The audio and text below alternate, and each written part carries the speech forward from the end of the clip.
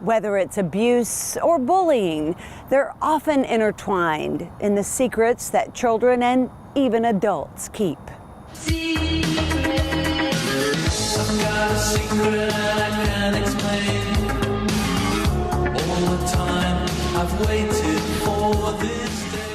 It's a little book with a huge message. Tootles the Turtle Tells the Truth is local author Linnell Levy-Melancon's first. It was born from an email she sent a friend whose 5-year-old daughter was showing disturbing behavior.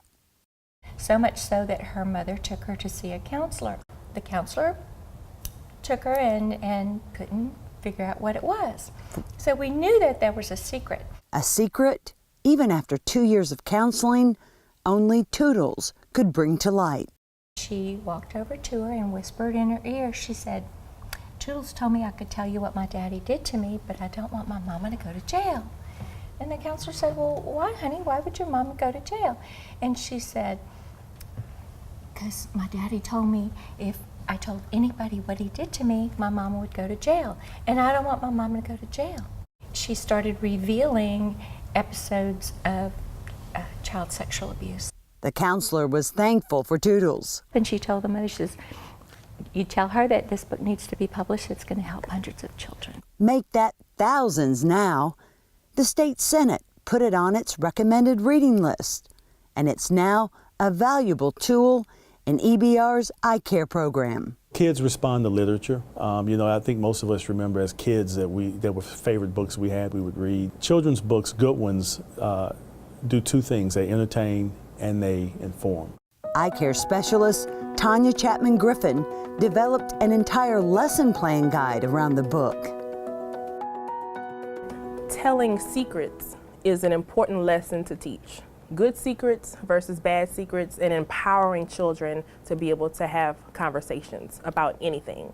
It opens a dialogue not only about abuse, but bullying, substance abuse, and other concerns in kids.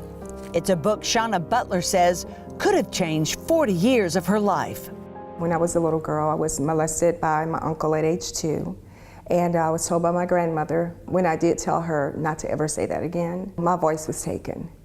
And so from that day on, everybody else that molested me, I didn't tell because I was taught not to tell. Keeping that secret accelerated and extended Shana's horrific abuse. I had been sexually abused by 15 different men throughout my childhood. That's from age 2 to 18. So even when you were 15 or 16 years old, you didn't feel like you had the power to say no? Wow. No, I didn't have the power to say no because of what I was taught.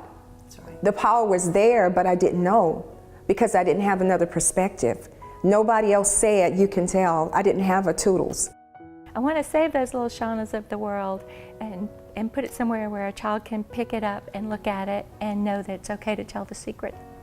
I had never ever read a book like that before. For me to pick up that book and read it, I went back to that little girl that was first touched. I just remember thinking, where was this? Shana suffered in silence. She couldn't even find her voice until her 40s. We carry these issues into adulthood, and we don't know how to do life because we were conditioned to not use our voice, to keep these secrets, and we carry that throughout life. And so it affects our children, and it keeps affecting each generation on and on. She discovered her mom harbored secrets too.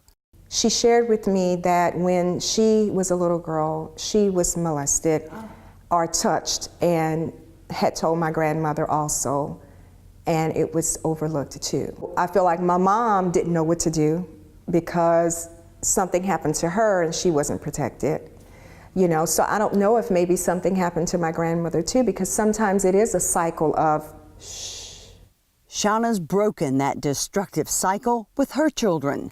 Now, she's doing it for others. I don't want a little girl that's 5 or 6 years old that's being molested like I was to have to wait until she's in her 40s to use her voice. I want her to be able to use her voice now. And to stop it. To stop it.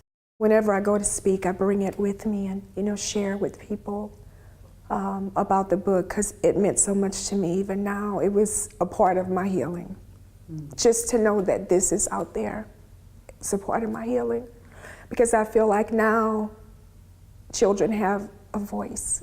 They have a chance to use their voice. If they can get this book in their hands, or if they can get it in their ears, then they have a chance to use their voice. They have another perspective. They have an opportunity to know that, hey, if they're reading this to me, this is a safe place for me to disclose and tell what's going on. It's everything Linnell dreamed her book would do, but more than she ever expected. It's got a life of its own. It's the darndest thing. It's even making a difference in law enforcement. It educates adults, too, on how to respond to children who've been hurt. The book's interactive questions instigate insightful conversation. I've had a lot of people tell me that opened a wealth of information that they didn't know their children were harboring secrets. A book can be your voice. It's okay to tell the truth, Tootles, Mommy said again softly. It's always the right thing to do. Always. Our meaning in life is to find our gift. Our purpose in life is to give it away. She gave it away in the book.